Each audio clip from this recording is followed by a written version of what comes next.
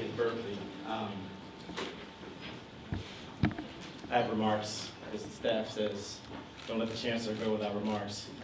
You never know what he might say. I learned that now. Stuff on my calendar appears, remarks appear, PowerPoints appear. Thank you, Kamal. I'm going to close this, Miller. Don't be upset. Sorry. All right. Only just this one. Okay, yeah. Great to be back at Berkeley, or as I now refer to this campus as the UC Davis Extension Campus. So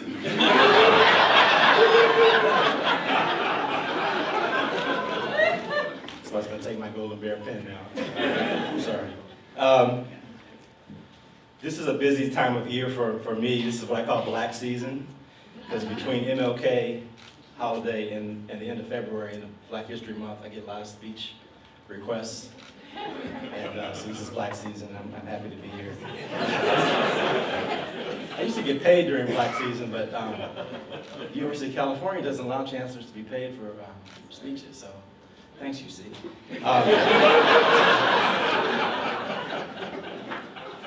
I wouldn't have asked you guys to pay me, though. Let me thank Miller and all the organizing committee for inviting me and organizing this wonderful event. Please don't wait another 30 or 50 years, because I will probably only make one more. Great to see everyone. I had to ask Miller, what should I talk about? Miller said, talk about 15 minutes.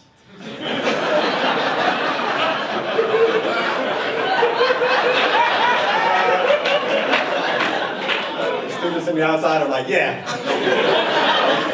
15 minutes, that's enough, we're outside, it's cold. Not completely a joke, though. I mean, I think you really didn't come here tonight just to hear me, despite what I've heard many of the others say. I think you really came to reminisce and see each other again and talk about BGESS and BGESS, enjoy each other. So I promise to save some time for that. I want to salute all of you here, friends, colleagues, comrades, especially the students who are here, who remember what that was like, and you heard some of that in some of the reflections. You students are our new generation of diversity champions in STEM. And I know I speak for the rest of us in the room, the 29 plus group, the old cats. I'm about to celebrate the 25th anniversary of my 29th birthday. I'm mad. In saying it's incredible to see you here, and you are continuing to carry out that legacy and carry that torch for diversity and inclusion in academia and industry in STEM. I think we all devote our lives in some ways to ideals that we hope will outlast us. So you can imagine how gratified I feel tonight seeing that the Black Graduate Engineering and Science Students organization that I helped to create during my days in graduate school at Cal has lasted so long and still going strong. BGESS, let me thank you for still being here. And before I get too far, I also want to make sure I recognize the sponsors, particularly Oracle, as the primary sponsor for its generous contribution to tonight.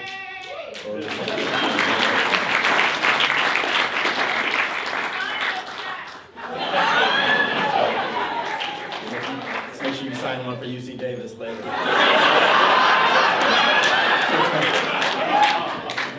Spend a lot of time raising money for UC Davis now, and I'll be coming to see Carl Holmes' wife pretty soon.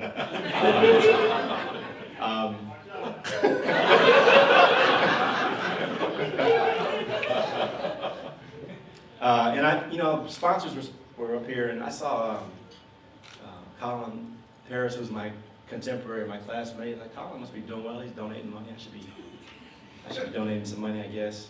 I guess we'll get to that later. Right. Next slide. Anyway, we thank all the sponsors for their long time dedication to the NSBE principle, the NSBE mission to increase the number of culturally responsible Black engineers and scientists who excel academically, succeed professionally, and positively impact the community. I'm actually old enough to have co-authored that mission statement. I don't know if anybody knows that. It's true. And I take it to heart. I also want to talk more tonight about this concept of building something that will outlast us. you think about buildings, bridges, statues, and those are the things that immediately come to mind, at least among the civil engineers here, right? But of course, I'm referring to something a little more transformational. I'm talking about making systemic change toward equity in higher education and industry, particularly in the STEM fields, which we are all part of. At times it may seem like we don't need to keep talking about diversity in academia. We made some progress over the years. Everyone knows diversity is a priority, right? We talk about it all the time. We put it in our mission statements, we put it in our strategic plans. Everybody thinks it's already, on our minds. Well, for all the progress that we've made, and you've heard some of the statistics from Kamal, the demographic profile of our students and especially our faculty still have a long ways to go to reflect the makeup of California and the nation. The demographic disparities are especially apparent in the STEM fields. If you look at engineering in particular, at the BS, MS, and PhD levels, women and minorities remain abysmally underrepresented. A few more numbers. African Americans in engineering earn about 4% of the bachelor's degrees in the US, 2% of the master's, and about 1.4% of the PhDs. And sadly, those numbers really haven't changed. Those percentages have not changed appreciably over the last 2 decades. The raw numbers are up a little bit, but the percentages are about the same as they were when I graduated in 1991 from Cal. And there were 31 of us that year that got PhDs in engineering, and we all know each other, we hang out, we keep in touch. So now, how do we get to the point where the value of diversity is self-evident, where it's no longer just the subject of the HR workshop, the business conference, and my speeches? There are no easy answers, of course, but I think we begin the path to systemic change by asking how we ourselves became successful African-American students, professors, and professionals. Because we are, as was said, we are the successful, the boys' talented 10th, if you will. If you're an African-American student or scholar in STEM here at Cal, you've achieved rarefied air.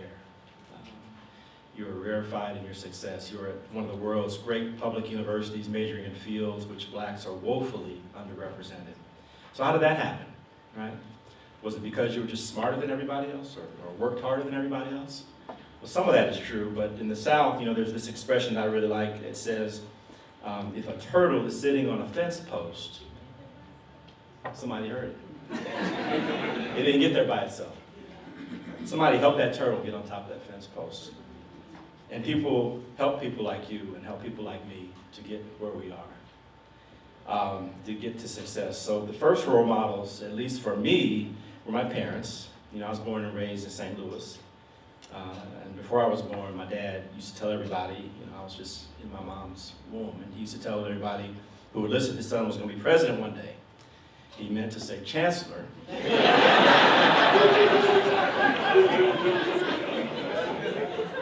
My dad did everything he could to make sure my sister and I had a good education. In grade school, he used to give me $1 for every A that I got on my report card. So when you get straight A's, that's a pretty good deal. That's good money. And you could buy a lot of comic books in those days for, 10 A's, right? My mom was the first in her family to go to college. She was among the very first African Americans to integrate the University of Missouri.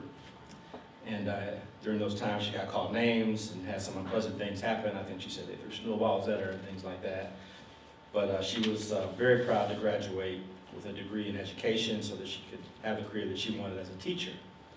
My mom was really just awesome, and I couldn't say enough about her.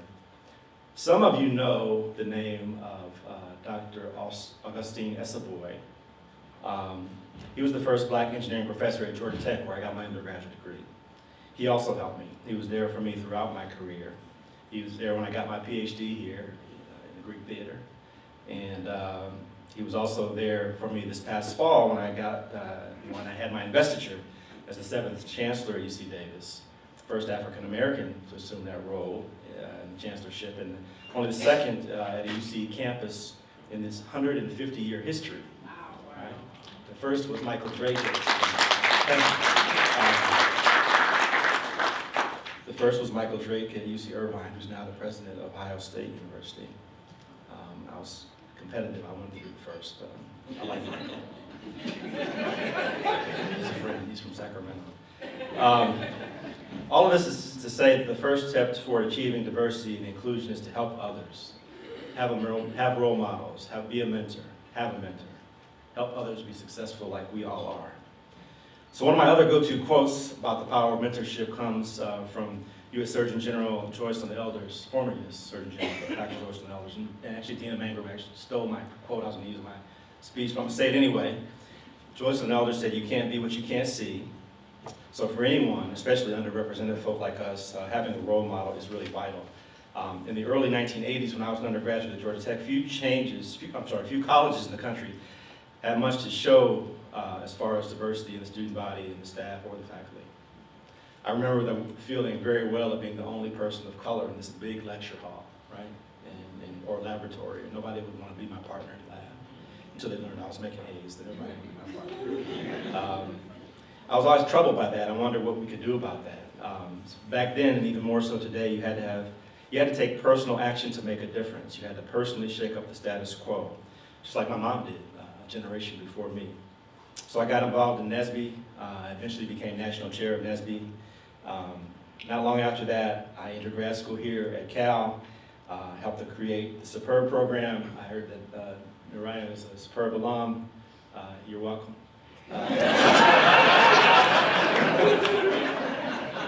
And also, as I mentioned, helped to form BGESS. In 1991, I graduated. I joined Georgia Tech College of Engineering, and like any junior faculty member, it was publish or perish. You got to get tenure so you can be there and succeed. And if I was going to make any contribution in advancing diversity, it would have to be on my own time.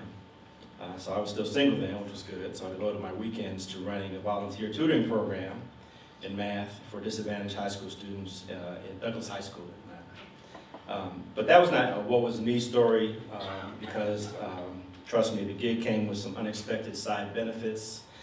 A stunning young woman showed up one weekend as a volunteer tutor.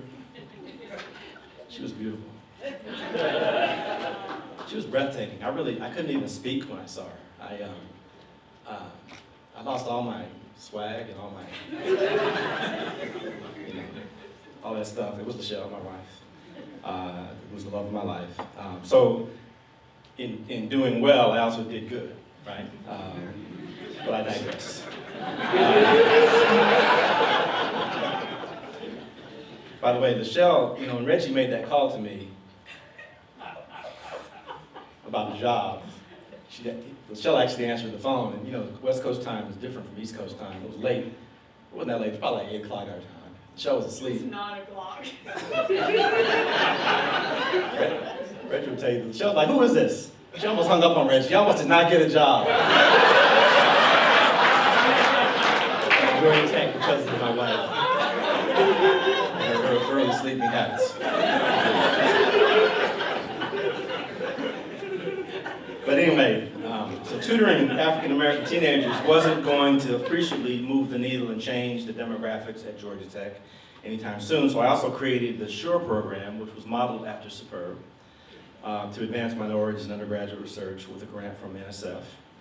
The success of that program helped me to win a much larger NSF grant to increase the number of African American PhD graduates at Georgia Tech and help them to launch careers in academia. So they too could become role models who could attract and retain minority students in STEM.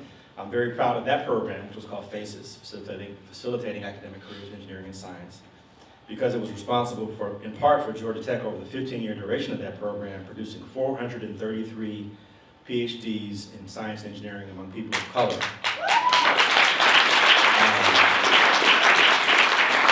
Which was the most in the U.S. over that time period, or perhaps any time period, I suspect.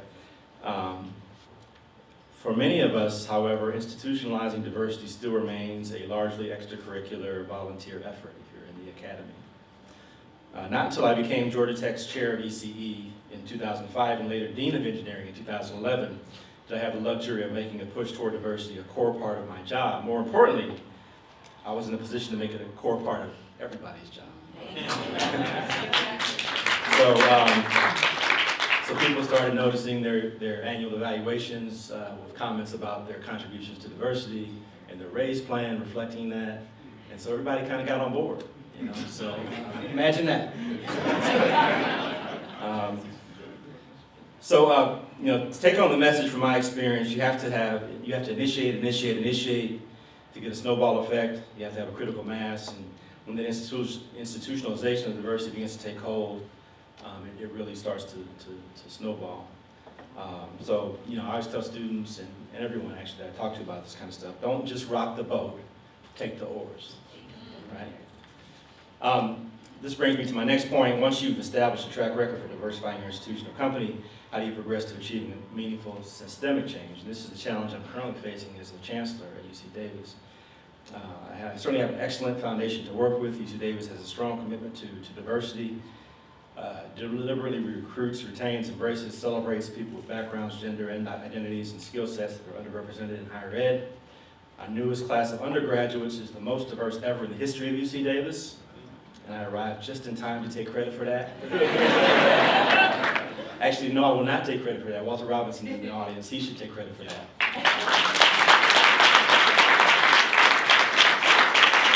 This past fall, our enrollment of new undergraduates from historically underrepresented groups, African American, Native American, and Chicanic Latinx students, was 27% of the student body.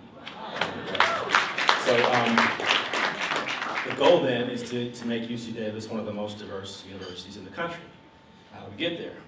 One way is to elevate the status of our diversity efforts internally. In the past, these efforts have been a part of many different duties led by our Office of Student Affairs. Last week, I announced our new position, Vice Chancellor for Diversity, Equity, and Inclusion. By focusing solely on these objectives, this new position will help us do a better job with recruiting and retaining the best and brightest student, staff, and faculty in the nation. I understand some of the audience might want to be applicants for the position. Feel free to talk to me. We also need to find new and sensible approaches to recruitment. If you are looking to recruit faculty and students from underrepresented backgrounds, you should go out and meet them on their turf. When they asked Willie Sutton, famous bank robber, why he robbed banks, he said, because that's where they keep the money. Okay.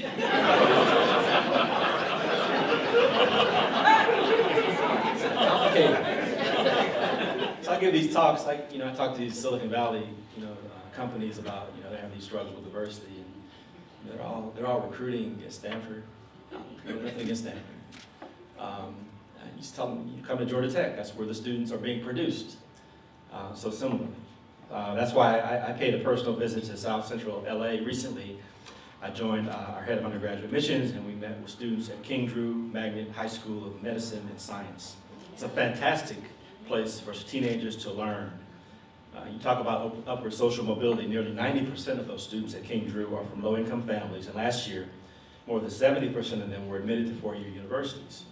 King Drew's expectations for our student success far exceed typical schools. Students are offered college-level courses in hands-on medical and science experience. Students who are juniors spend 4 hours a week shadowing healthcare professionals at hospitals in the LA area.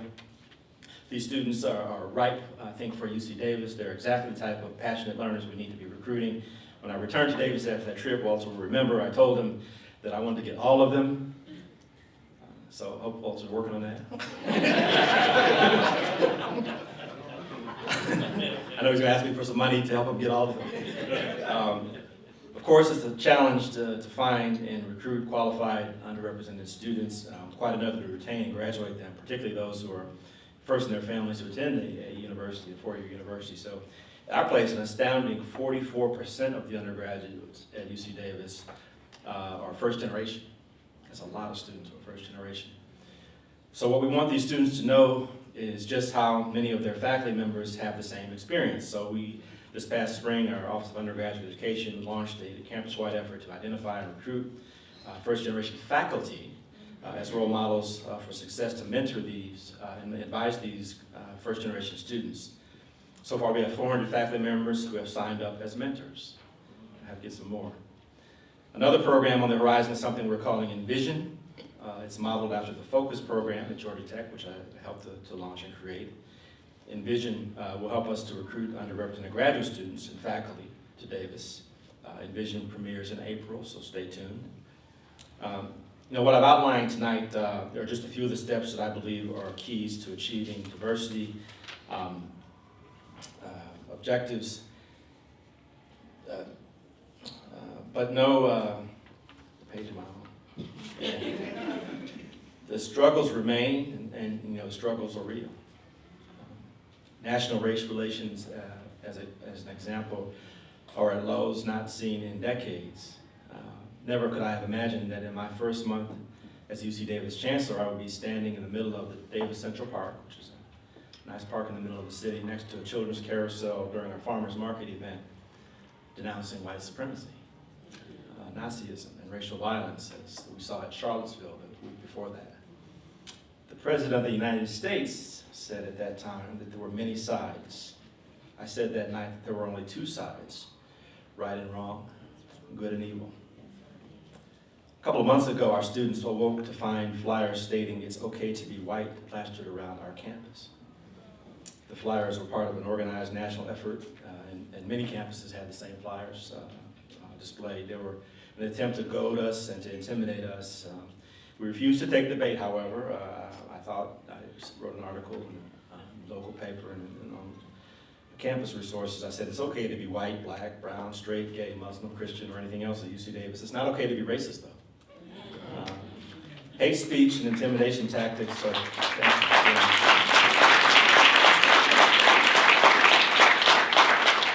hate speech and intimidation tactics are testing the limits of free speech on our college campuses here at Berkeley and beyond. And as I've said, incitement to violence is not speech, and terrorism is not dialogue. Freedom of speech is about new ideas, not old hate. I long for the day when diversity and inclusion become so much a part of who we are that I don't have to talk about it. But like Dr. King said, the arc of the moral universe is long, but we believe it bends toward justice. So in the meantime, I'll just continue to wear my Captain Diversity cape, use my powers for good. The way I live my life, I try to make every day one that I learn something, I help someone, and I try to make the world better.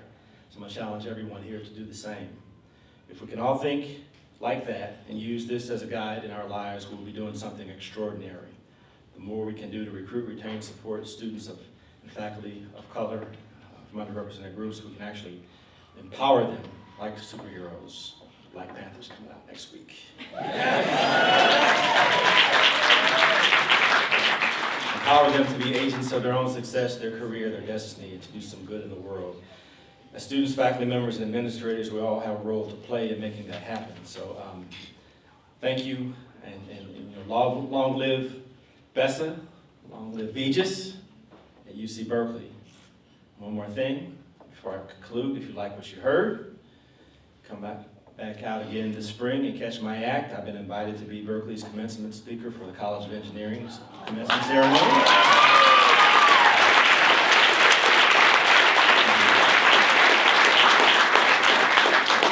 Even though they won't pay me.